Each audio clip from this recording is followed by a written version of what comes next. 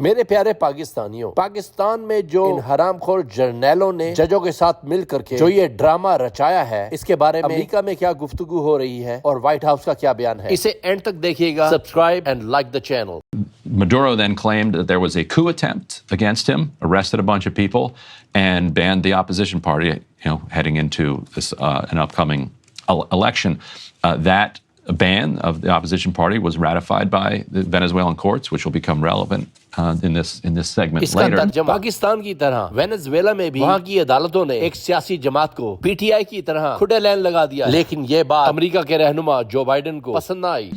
Meanwhile, over in Pakistan, which has an election on February 8th, grassroots members of the PTI, which is the biggest kind of party, opposition party in Pakistan, are just being arrested en masse when they sign up just to run for lower level offices.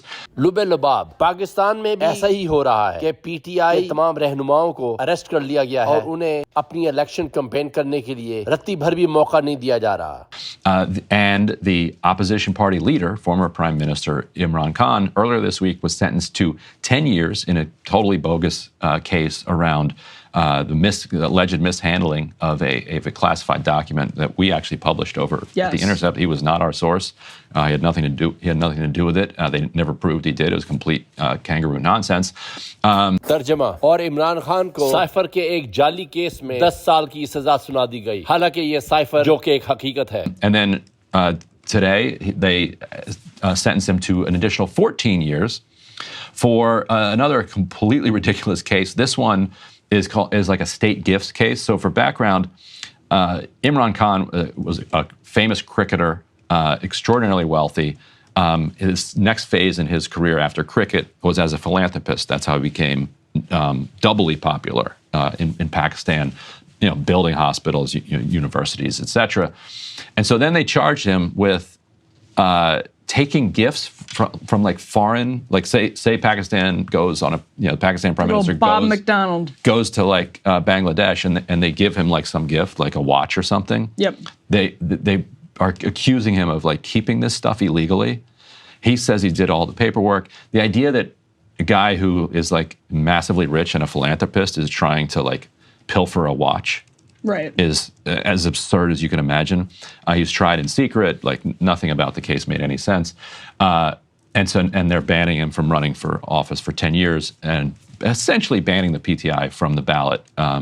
It's complicated the way that the court did it. मुख्तसर तर्जमा. और आज पाकिस्तान में एक वाहियात बना करके इमरान खान को 14 साल की सजा सुना दी गई. ये वो शख्स है जो पाकिस्तान में यूनिवर्सिटियां बनाता है, अस्पताल बनाता है, पूरी दुनिया में इज्जत कमाई है और पैसे की कभी कोई कमी नहीं हुई. अंदाजा लगाइए क्या वो शख्स कोई घड़ी चोरी करेगा, लेकिन उसे इलेक्शन में बैन कर दिया गया है और उसकी जमात को भी. The State Department, meanwhile, no sanctions whatsoever. दूसरी तरफ वेनेजुएला में तो हमारा स्टेट डिपार्टमेंट उन्हें सैंक्शन लगाने पे तुला है और पाकिस्तान के लिए आंखें बंद हैं.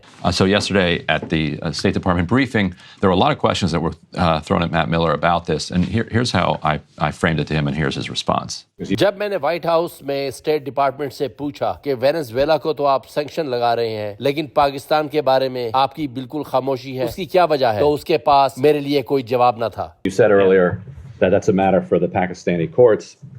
When it came to Venezuela, that's a political matter, it seems. The Venezuelan courts, of course, approved, Maduro's banning of the party. Now, you could say that court is under Maduro's thumb. It's a kangaroo court.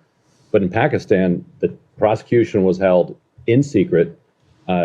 Just recently, his attorney, Imran Khan's attorneys, were kept out of the courtroom, and they took attorneys from the prosecution team and put them on the defense team. Nothing about that prosecution seems less than kangaroo. So why would Venezuela's be a political case, but when it comes to Pakistan, that's a matter for the Pakistani courts? So there are different situations, and we have not yet made that conclusion with respect to the Pakistani legal process. When you look at Venezuela, we are looking at the entire history of the Maduro regime in cracking down on democracy and, most importantly in this case, failing to carry out the commitments that they made to allow candidates to run.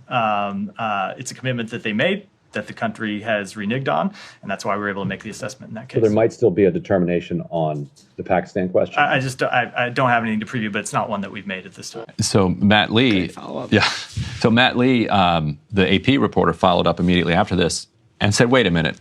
So Venezuela does not have independent courts, but are you saying that Pakistan does?" Right. He's like, and he said, "My phone's dying here, but if I looked up the State Department's human rights report on Pakistan, would I find that the State Department feels like the Pakistani courts are completely independent and trustworthy?" What would we do as a country without him in those briefings? I know it's fun to watch him. I'm glad you're in there now too. You started going a lot more frequently. Yeah, it's great. It's great to be in there. They don't necessarily answer the questions, but you can put things to them and hear how they respond. So if people are actually wondering what the difference is, yes, Venezuela is an adversary. Maduro is an adversary of the United States, and the military-backed government in Pakistan is an ally of the United States. And Imran Khan was seen to be either adversarial or too neutral. And we wanted him to cooperate on weapons production because we were in a hot war with Russia. Yeah, he famously gave this speech to a large rally in response to the EU demanding and the U.S. Privately demanding that Pakistan support Ukraine and not take what the U.S. called aggressive neutrality when it came to Ukraine and Russia. He gave a speech where he said, "We are not your slaves." मुख्तसर तर्जमा America Europe Imran Khan का इसलिए साथ नहीं दे रहे क्योंकि उसमें अपने लिए और अपने मुल्क के लिए बहुत ज्यादा खुददारी भरी हुई है जो बहुत सारे ममालिक को पसंद नहीं, ना वो खुद को और ना ही अपने कौम को वो गुलाम समझता है जो यूरोप और अमेरिका को पसंद नहीं. And that kind of rhetoric chafes the West. It's like, what are you talking about? Right. You do what you're told, and now he's in prison. यही तो वजह है कि वो आज जेल में है. How has October 7th given Imran Khan's relationship with the broader sort of Muslim world and his sort of followers, his base? How has that shifted how the State Department treats Imran Khan's base and support in Pakistan? Perhaps second to Erdogan, but actually maybe not. Like Imran Khan was probably the most popular Muslim elected official in the world because Erdogan was not also a famous cricketer on top of everything that else that Khan did. Don't give him any ideas. And so Khan, if Imran Khan were in power now, he would be kind of a loud voice when it came to the Israel-Gaza question. Instead, he's completely muzzled. तर्जमा इमरान खान मुस्लिम ममालिकों की बहुत बड़ी आवाज था. अगर अब वो छूट करके बाहर आया, अर्दगान भी इतना पावरफुल और मशहूर नहीं जितना ये बन जाएगा. इसकी आवाज इसराइल के खिलाफ और गजा की हिमायत में बहुत ऊंची पूरी दुनिया को सुनाई देगी. ये सुना आपने मेरे प्यारे पाकिस्तानियों? ये दहशत के नाम पे दहशतगर्दी फैलाने वाले हरामखोर जर्नैल और हमारी अवाम का खून पीने वाले ये आदमखोर जज, ये सब इनके साथ मिले. जाग मेरे पाकिस्तानी, जाग और अपनी आवाज वोट के जरिए बुलंद कर. पाक फौज जिंदाबाद. मेरे पाक फौज के नौजवानों, ये जर्नैल आपके दुश्मन हैं. तू भी जाग, अपने मुल्क के लिए जाग, अपनी औलाद के लिए जाग. इमरान खान को दुश्मन भी नस्ली ना मिले.